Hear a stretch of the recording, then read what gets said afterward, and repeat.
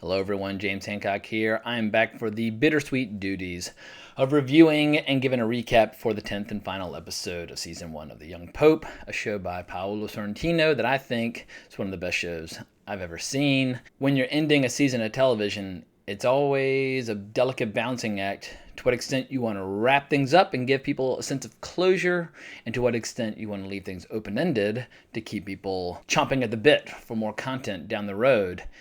Now, Paolo Sorrentino has acknowledged back last fall that he is working on the screenplays for season 2, but with the show as lovingly crafted and exquisitely produced as The Young Pope, I read somewhere that they might not even start shooting until summer 2018 because no deals have been signed yet. So when and if we see season 2 could be very far down the road. Luckily, the way this episode wrapped up, it has a very satisfying emotional conclusion where people aren't going to be feeling angry that we're left hanging for so long. And also, given the nature of this show and that the Pope remains the Pope indefinitely until he dies or possibly resigns, which is highly unlikely, they could pretty much pick up the show at any point in his life. And Jude Law is young and handsome. They can keep calling it the Young Pope, but I guess if he ages out of being the Young Pope, they can always just call it the Pope.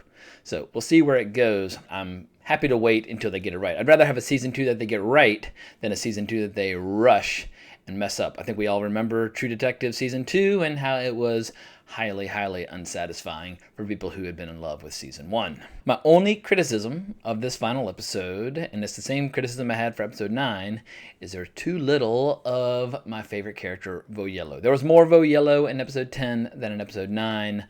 Nonetheless, he's such a fascinating character, easily the most interesting character for me. That's my one maybe petty grievance I have against this episode. Otherwise, I thought it was absolutely brilliant. So I guess the big question is, where does this show rank with the other great shows that have been around since the late 90s? Everybody calls it the golden age of television, which is now stretching out to roughly 18 years. For me, it really begins with Sopranos and moving forward with shows like The Wire and obviously Breaking Bad and Mad Men. And there have been so many great shows over the last 10, 15 years, like Game of Thrones, Westworld. I mean, there's a lot of great stuff out there. Where does The Young Pope rank for me? I'd probably have to put it in my top 10 favorite shows of the 21st century. And depending upon my mood, I mean, right now I'm in a great mood because I just saw a great episode. I might even place it in my top 5 because it does something that so many TV shows fail to do, and that adds a level of cinematic richness and visual storytelling that most shows do not. Even the best produced shows tend to be a writer-driven medium, whereas cinema, I always feel like, is visual storytelling where the dialogue is almost icing on the cake, like having like a voice in a song. The song is great and the voice is something extra. So yeah, cinema and TV are kind of doing two different things, and I feel like this show is the perfect hybrid of an amazing filmmaker who comes from a background in making movies like The Great Beauty, combined with the episodic narrative-driven format of television, which is what made it such a compelling viewing experience on a weekly basis. And as I've said before, I do think this is a show that will quietly build an audience over the next year or two. It'll be one of the shows where people keep hearing about it and talking about it, and people will gradually be giving it a chance. I have a feeling that for a lot of people, they're thinking, do I really want to watch a show about the Vatican? And then they watch the first episode and like, oh my God, I really do want to watch a show about the Vatican. For me, I came into it almost by accident, and I'm so glad that I did. But I have a feeling that its reputation will continue to grow in the years to come, so that by the time we get a season 2, people will be frothing at the mouth for more stories featuring the great Lenny, aka Pope Pius XIII. So let's dig into some of the details that made this final episode so satisfying. We begin with the classic opening credit sequence with All on the Watchtower, which is very fitting in that they don't use it every episode, but for the last episode, you really need to give people that sense of familiarity. And then we get a great scene between Lenny and his marketing guru, Sophia, where she explains to him that the Prime Minister is now basically backpedaling and or delaying any legislation for taxing the Vatican and also any new laws regarding civil unions. And she basically says, look, his allies on the far left are screaming for blood, and they're blaming the Pope for the Prime Minister's hesitance. And Sophia admits that she feels the same way, and she wants to know how he did it. Lenny responds with one of the all-time great lines of the show. In essence, he says, you have no idea how many objectives can be obtained by the humiliation of one's fellow man. But he says the secret is that they can't be allowed to know they've been humiliated. Sophia grins in a very devilish way and calls him diabolical. And Lenny replies, "For the people who know me, they think of me as a saint." So it's Lenny at his most clever and his most Machiavellian and most manipulative.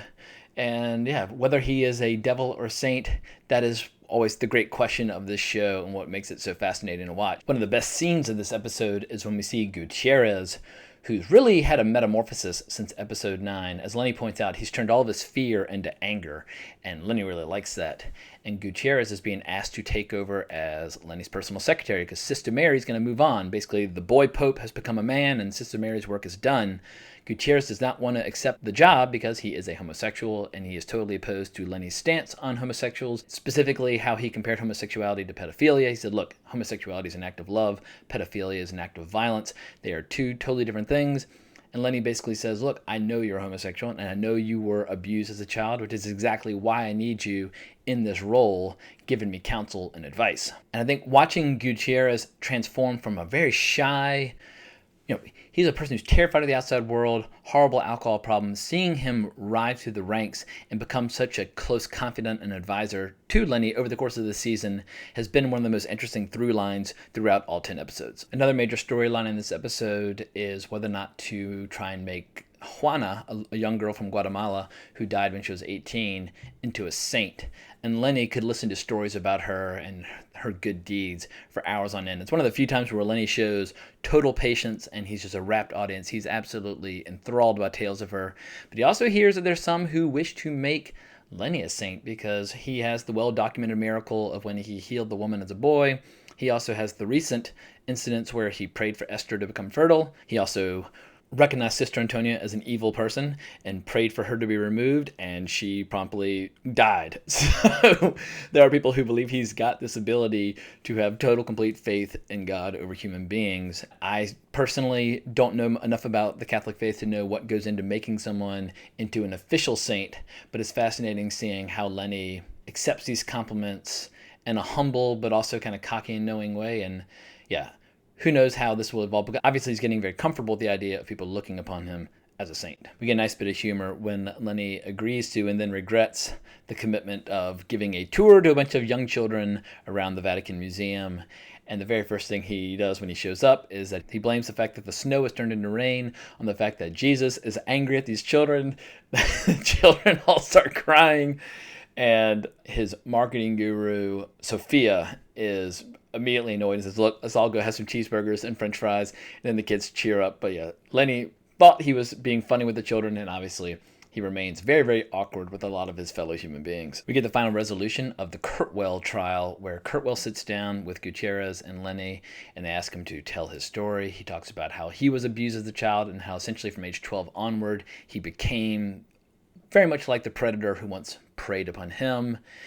And Lenny says, look, I'm going to send you back to America. And he takes him over to that globe. And as that globe has become, even though it's very, very beautiful, you can tell he's always about to banish somebody when he goes over there.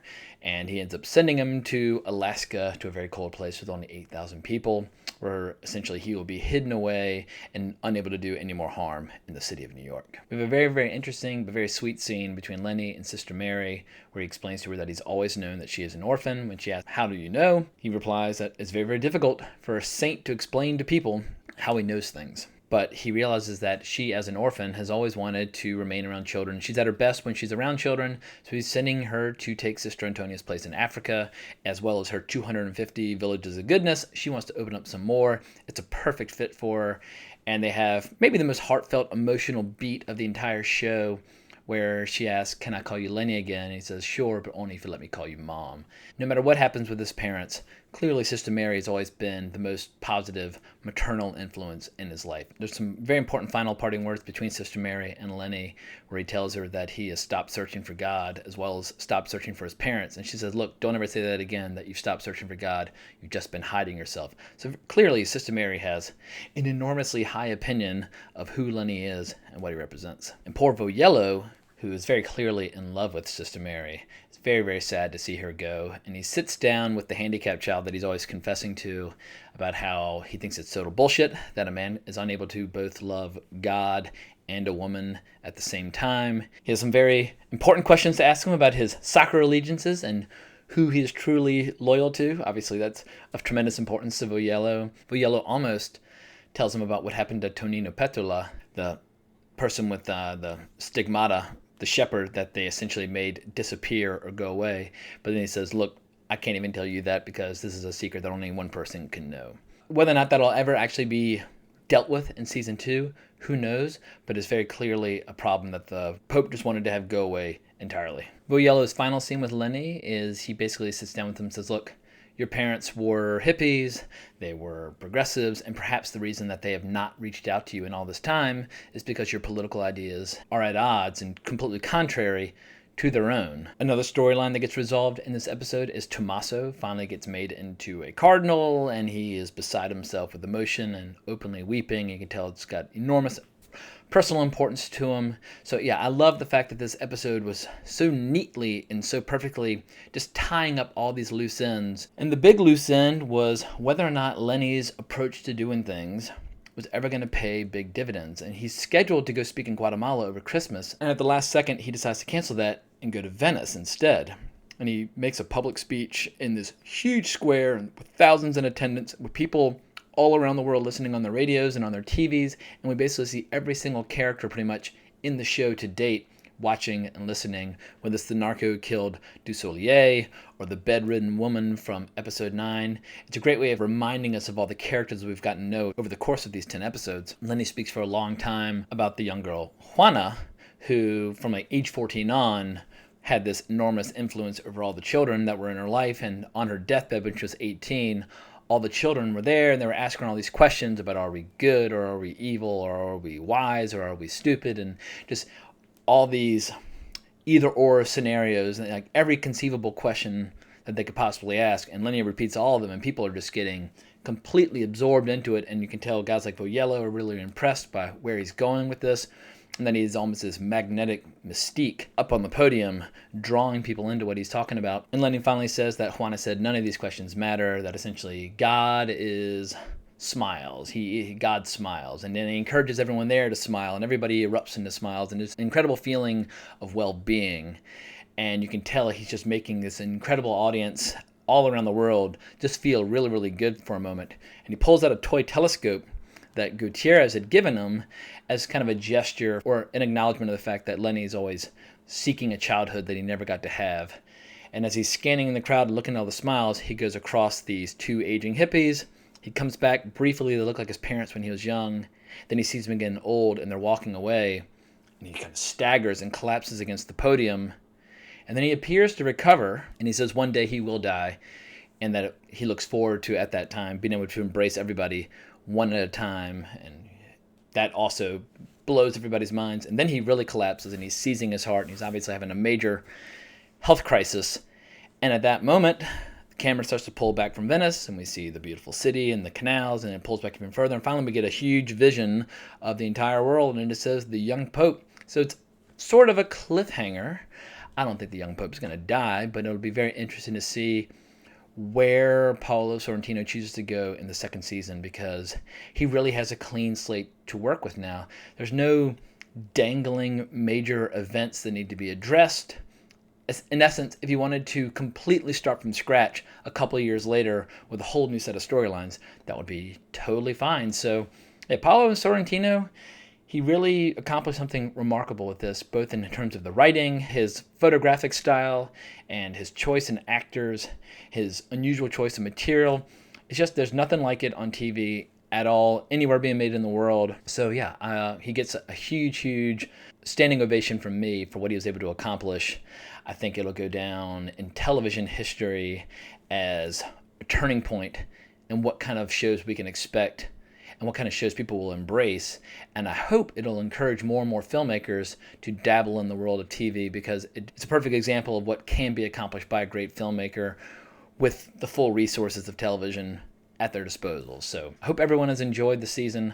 Thank you so much for everybody who has watched these videos. Seems like a lot of people have enjoyed these. I've gotten some decent traffic on them, so I greatly appreciate everybody who's watched my reviews. Hopefully we can find some more shows to talk about in the future. I'm going to be continuing to review The Expanse, as well as Legion, And later on this year, obviously, I'll be doing Twin Peaks and Game of Thrones and some other shows. So if you have any recommendations, please, please, please in the comments below, let me know if there are any shows you would like me to tackle. But thank you so much for watching. I will talk to all of you in the very near future.